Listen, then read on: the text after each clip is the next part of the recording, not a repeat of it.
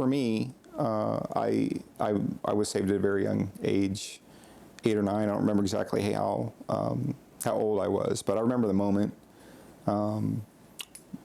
kneeling at the foot of my bed in my bedroom. My parents were there, and I just remember the feeling of like Jesus' goodness and peace and a lot of joy in that moment.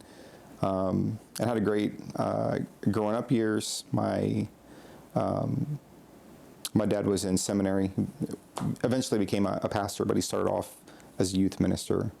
But had a good childhood.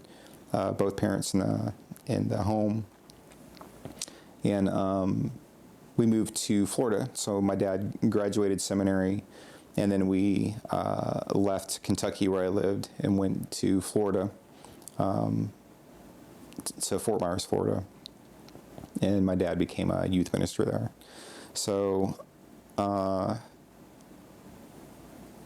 was an interesting time in my life because I'm introverted. So that was the first place where I got to experience like a little bit of coming out of my shell and like peer acceptance, like as I understood it. And just I have good memories of that church. So we were there probably 5 years, maybe not that long. It wasn't that long actually, because I was in 8th grade when we moved to LaBelle, the town where my dad would later pastor at.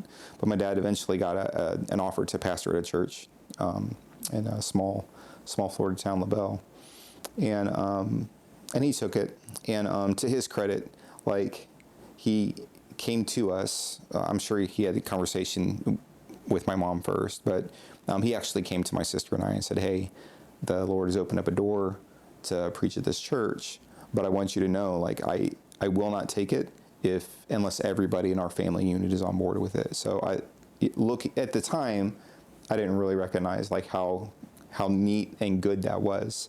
But looking back, I'm like, wow, that's pretty powerful, Yeah. for him to do that. And of course we said yes. So he became a pastor. And I think like that's the first,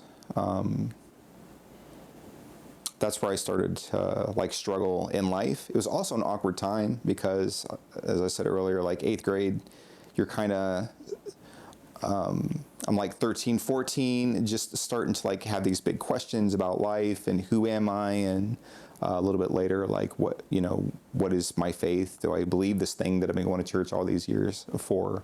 And I'm struggling with that. I really struggled with being accepted. I've always felt like outside of like, the cool kids club or just not accepted. And I think that fed into a little bit of it too. But in 8th grade, and I was also private school, 8th grade when my dad takes the preaching position was my first foray into public school. So I was exposed to a lot of things in public school that I had not been exposed to before. And that created some problems. Mainly, though, it was because I'd been in private school and somewhat sheltered in the best of ways.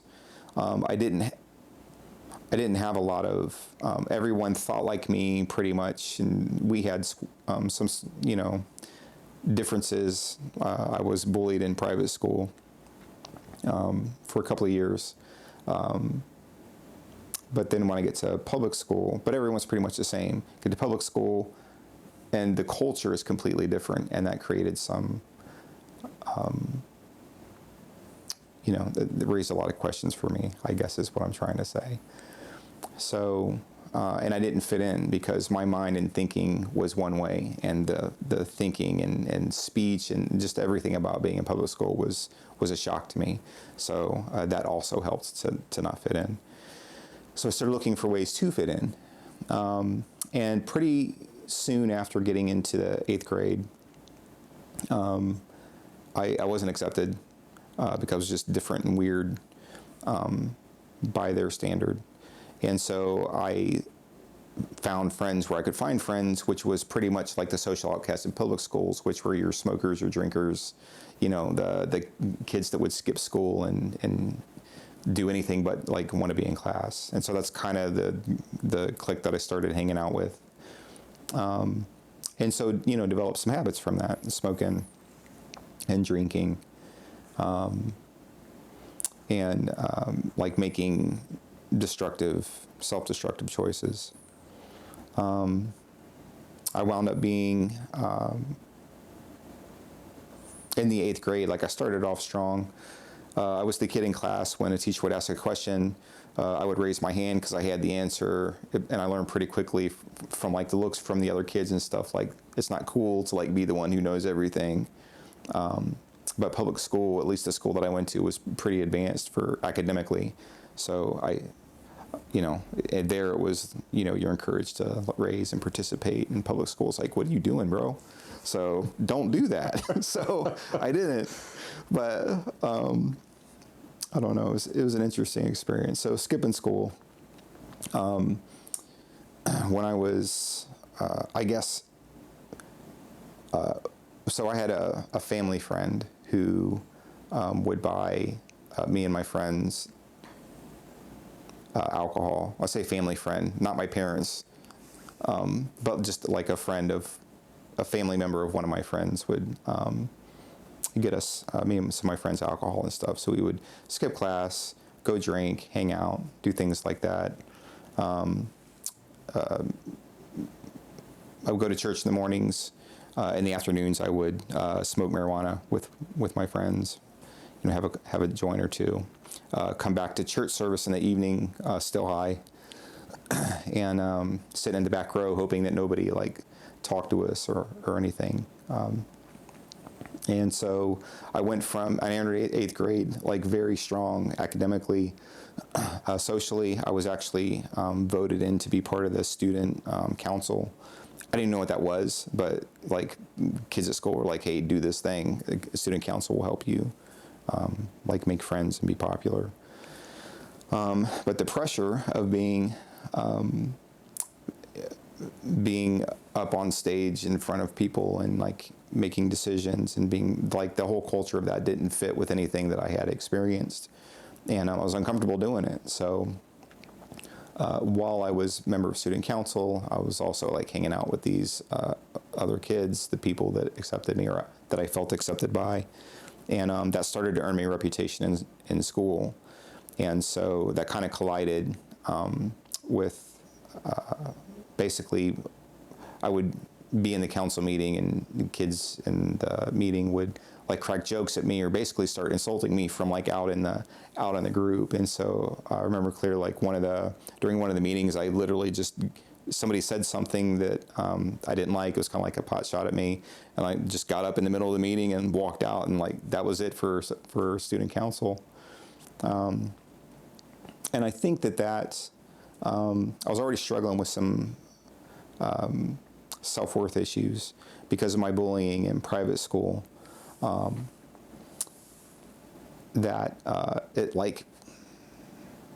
It was a lie that I was telling myself, like, I'm not worthy, I'm not enough. These kids don't accept me because there's something wrong with me. And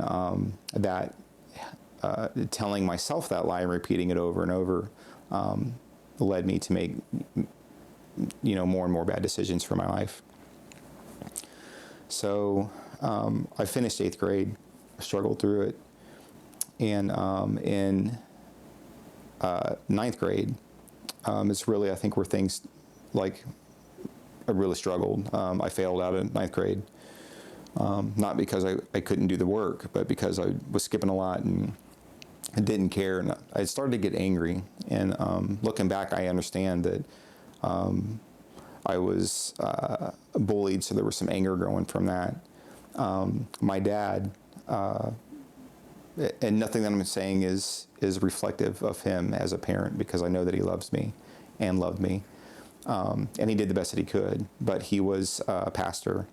And there was a part of me that saw him like spending all of this time with other people, and sometimes even in like youth group before we came to that town, spending time with other kids.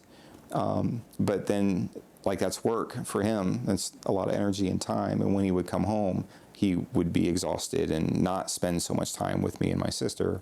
And that led to some anger issues with me.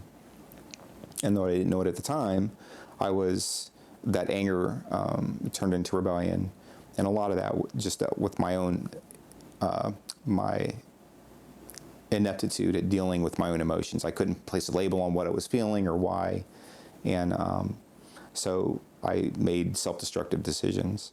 Some people explode. I was an imploder. I did a lot of self-harm.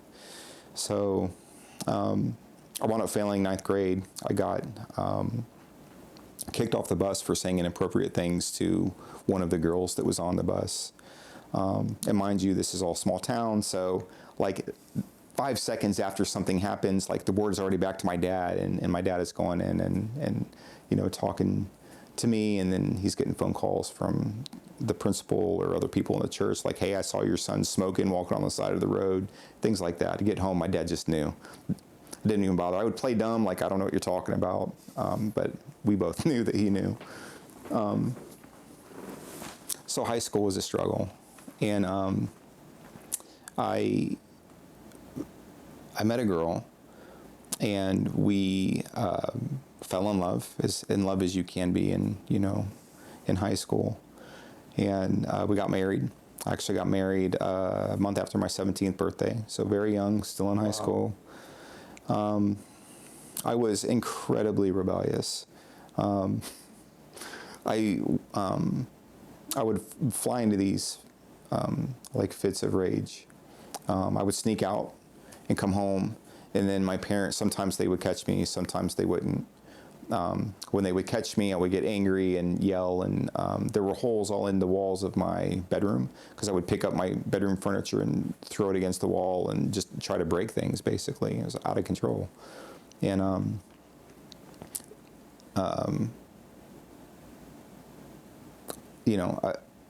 I was looking for a way out of the town, out of my situation. I just wanted things to change.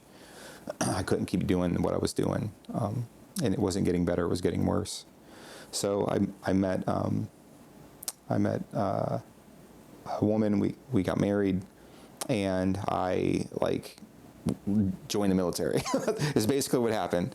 So I graduated early. In my junior year, there was a new program, which was like these things called computers. And you go into a classroom and you do your work on this computer, and if you do well enough, then you can graduate early. Basically, it's all merit-based. It wasn't like you're not synchronized to the school's calendar. If you do the work, you work hard, you can graduate early or late, depending on you. So I worked hard because I wanted out, and I graduated early. And so I signed up for the Navy. Recruiter came. I was actually my senior year.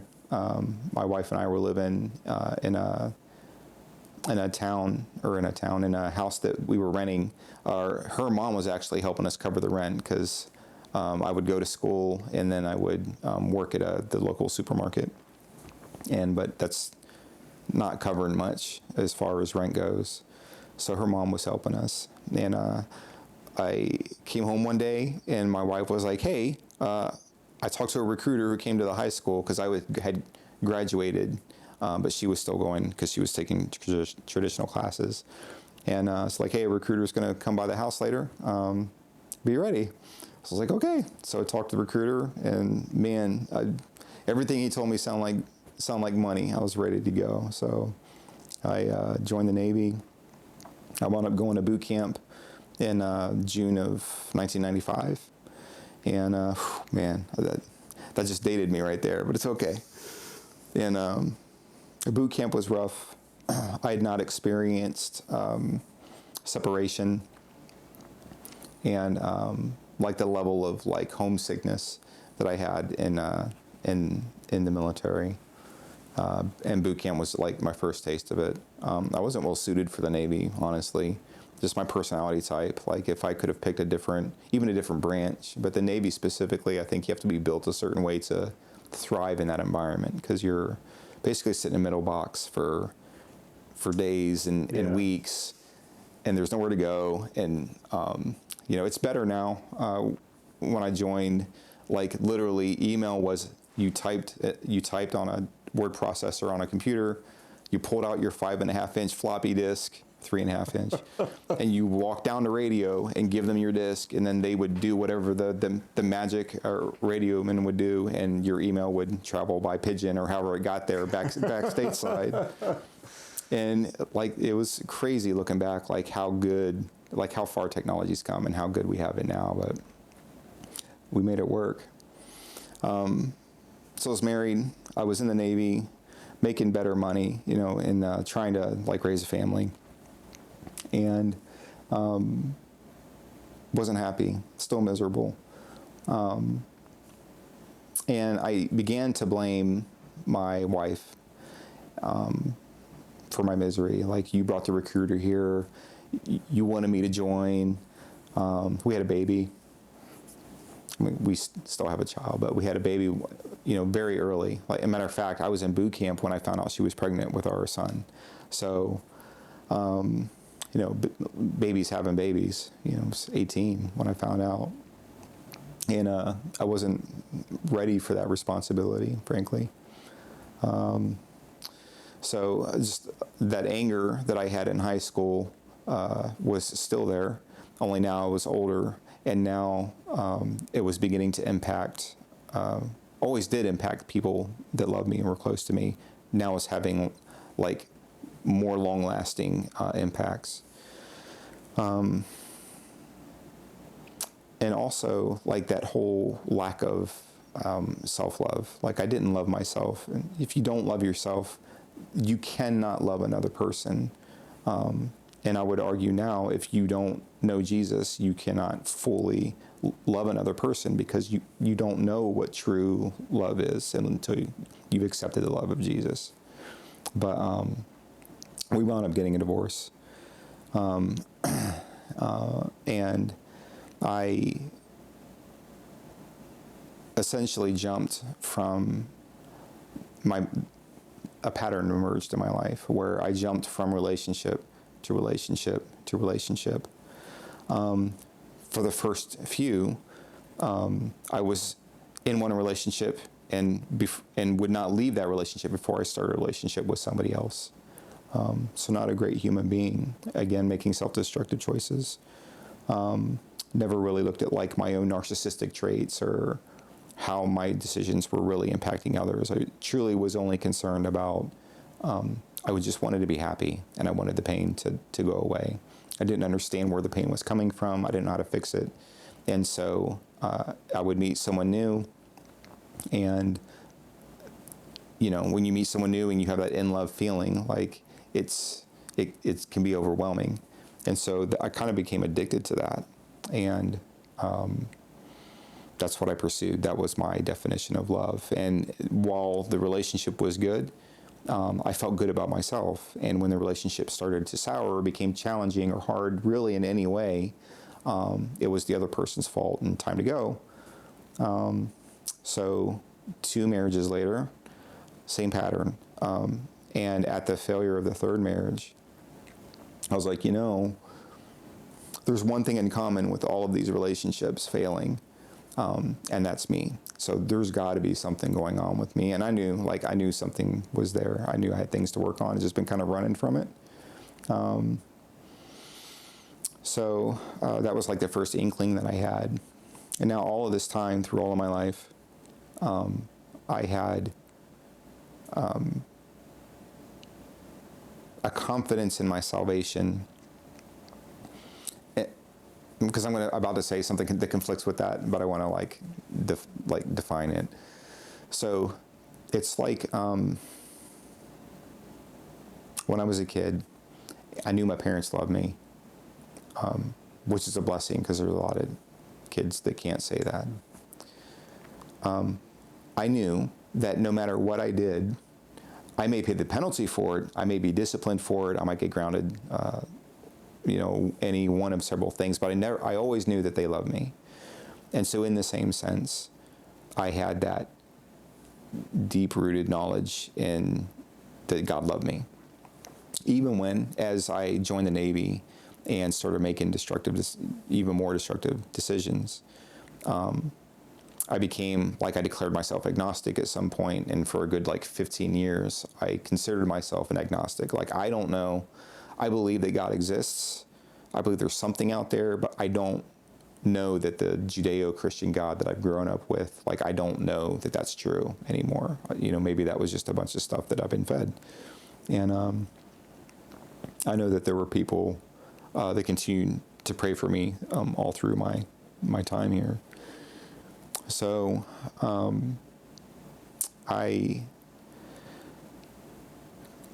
after the third marriage failed, I got into another relationship, and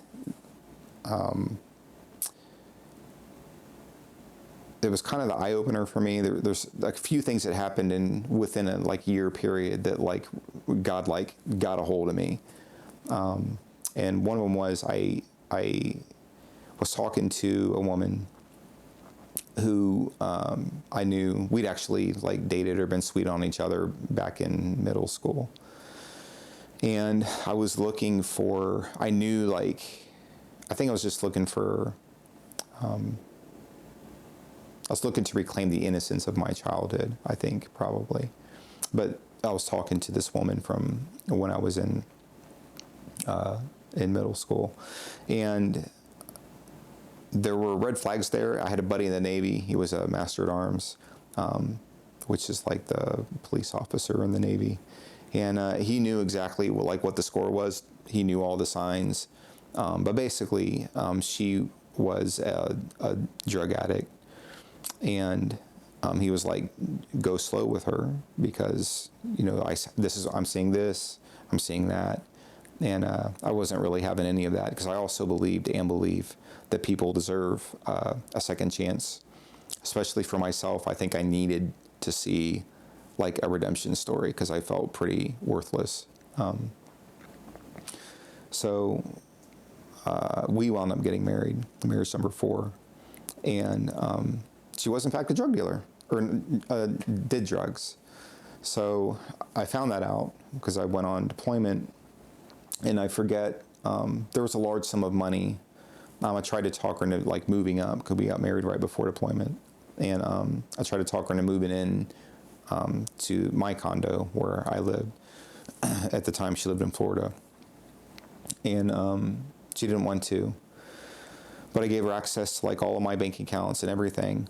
And when I went on deployment, she said that she needed some dental work done. And but the money, so first it was, well, I went to this dentist and the dentist doesn't take credit. I have to pay with cash. I was like, well, that's weird, but okay. But then it was $100 pulls from an ATM, $200 pulls from ATM in cash.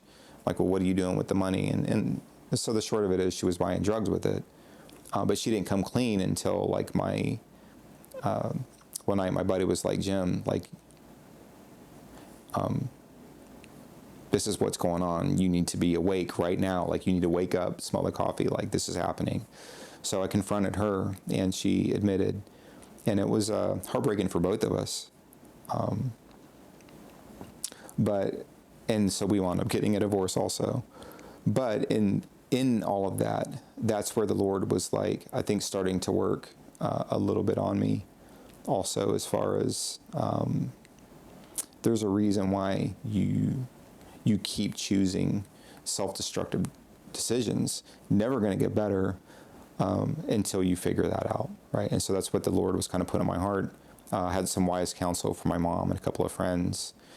And it was during that time when I was struggling with all of that, also that the Lord put a guy on the boat with me. His name was Ken Gardell, brother in Christ. I never asked him. I'm going to reach out to him now. I probably will, and just ask him, did the Lord put me on your heart? Because on deployment, we're not, we're out in the middle of the ocean, but he would be like, hey, bro, when we get back to Virginia, why don't you come to church with me? And we can just hang out, spend some time together, and come to church with me. And initially I was like, no, I'm been there, done that. I'm good. I already got enough church hurt. I don't need any more. But he kept asking me, and honestly, it was his love and persistence that, and him. like I knew him. I knew what kind of guy he was. He wasn't some, plastic Christian with a smile on his face saying, come to church. And then you get there and you find out that people aren't the way that they seem. I knew him, and he was a genuinely good dude. So I was like, yeah, I'll go to church. And so we get back from being underway. I go to church with them, still struggling with all, like fresh off this last divorce, struggling with what's going on with me. Why do I make these choices? And like trying to pin down like where my pain is from and all of this stuff. And it was the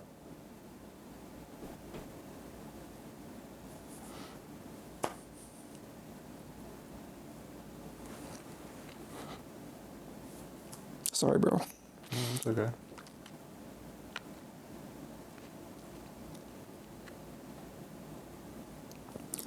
It was the second Sunday that I went to church. And at that church, they do communion every Sunday. So the first time, and man, I hadn't done communion in probably 20, 25 years. It had been a minute. And I really, in that the first service, the first time I went to church with him, they did communion. I felt the Lord really pulling on me hard. And then the second time I took communion, and it's like something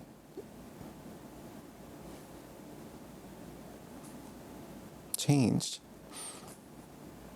And I still had still very messy, but man, it felt so good because in that moment when I took communion, it wasn't just the communion piece of it, but it was just that moment of the entire time in my life up to that point. Basically, I was I deserve these things. I'm not worthy. I'm not worthy of, at the root of a whole lot of it, I'm not worthy of God's love. I'm not worthy of any goodness because I've hurt so many people with my choices. I deserve every bit of, and that's true. I deserve every bit of hell on earth that I would ever receive because of the way that I've hurt other people, and because I have a sin nature to begin with. I deserve hell. But, and during that moment in that communion, what I felt very clearly the Lord saying to me was, I love you. It's hard for, definitely when I was younger and had not had children yet, it's hard for me to grasp God's love. But having had children, I can tell you it doesn't matter what any of my sons do. I will always love them, period. It doesn't, I agree with their behavior. We might have some words, but I will always love them, and they will always be my son. There's nothing that they could ever do that would change their relationship to me. They are my son. And in that moment, that's what God was telling me is, you're still my son. Yeah, you've wrecked your life. You made a lot of mistakes, but I love you. Come home. Come home. So that really was the change. That was the flip for me. Now, it wasn't I didn't walk out of church and everything was wonderful. I was still a wreck. I had a lot of work to do with myself to figure out, why do I keep making self-destructive decisions? Why do I seek it out? What is it that's broken in me that I need to heal? But over time, with work, with prayer, with godly counsel, I was able to sort through that. Also, around that time, I had been, for years, I've been talking to Rosemary. You may have met Rosemary. She's, my wife now. And God brought us together. When I say talking, there was nothing romantic. It was just friends, just hey, how are you doing? But God started stirring in me, this is the woman that I have for you. She is my plan. And so you know, when from friends, then we, you know, I'd fly down or drive down and spend time with her, and she would like fly up, and we'd like do weekend things for a while, and then that blossomed into like a relationship, and then we wound up getting married, and then we've been married ever since. It'll be 10 years in June, so Wow. yeah, Awesome. it's a blessing. And we had our own struggles. Like I talk about, you know, I wasn't like cleaned up magically when I walked out of church that day. I had pornography addiction, and so pornography is so insipid. It's a poison because it poisons how one views another person instead of being a child of God. You know, instead of viewing women as this is a daughter, you know, God's daughter, to be cherished and loved and appreciated as a fellow human being and child of God, they are belittled. In my perspective, they were belittled to basically sex objects. And that is definitely not God's plan. It also was a tremendous inhibitor between Rosemary and I. And we've talked about this beforehand, so like she knows that I'm going to talk a little bit about this, but like it also is an inhibitor to intimacy. And I don't just mean sex, but I mean like pornography builds a barrier in your heart. It almost like you don't know how to relate to other people at a deep connection level. Everything is surface. And when everything is surface,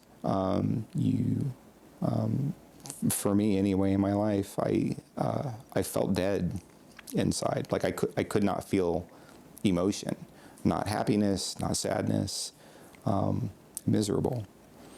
And so man, I mean, this is how God works, but we were doing, so in February 24th, 2019, I got rebaptized because I felt like the Lord saying, okay, I want you to rededicate, like as a public show, I want you to rededicate your life to me. So I did that. And then in May of that year, Rosemary and I were doing a couples devotional, and like out of the blue, we had finished the devotional. She's like, have you ever watched pornography? And I was like, yes. She's like, are you still watching pornography? And I said, yes. And that, man, that almost ended our marriage right there, because that's adultery, point blank. But what ensued from that, like, so that shattered our marriage, fractured it almost to the point of divorce. But I wound up going, it's called 90 and 90, but you go to 90 meetings in 90 days. And so I went to a whole bunch of different recovery meetings, church counts. And it was, man, I learned so much about myself in that time frame though, because a lot of the, you know, pornography, alcohol, drugs, broken relationships are always looking for love, you know, things, looking for love from other people that I was trying to heal my God wound, really. All of those things, they can only be fixed. And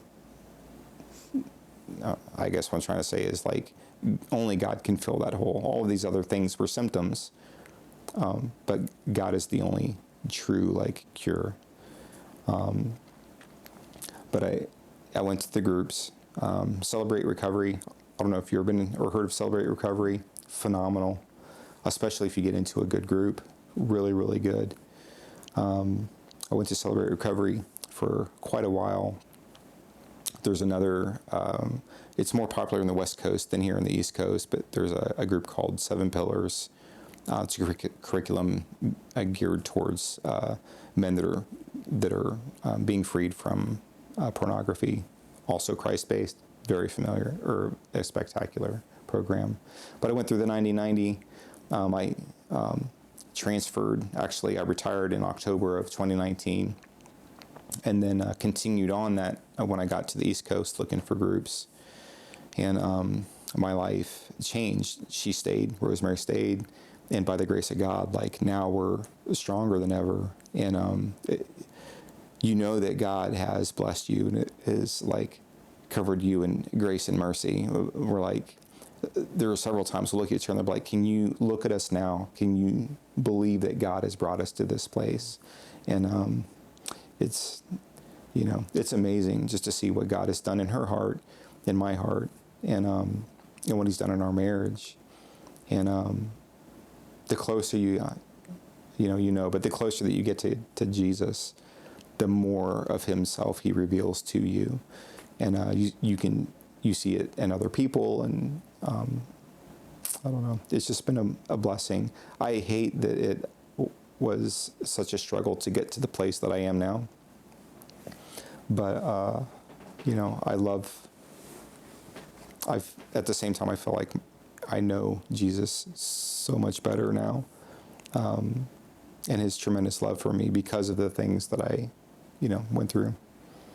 Man, praise God. What another great testimony. My name is Caleb Hurley. This is the Jesus Shift podcast. We've got new testimonies every single week. Subscribe to the channel, leave a like, and comment something that God has done in your life. God bless and have a great rest of your day.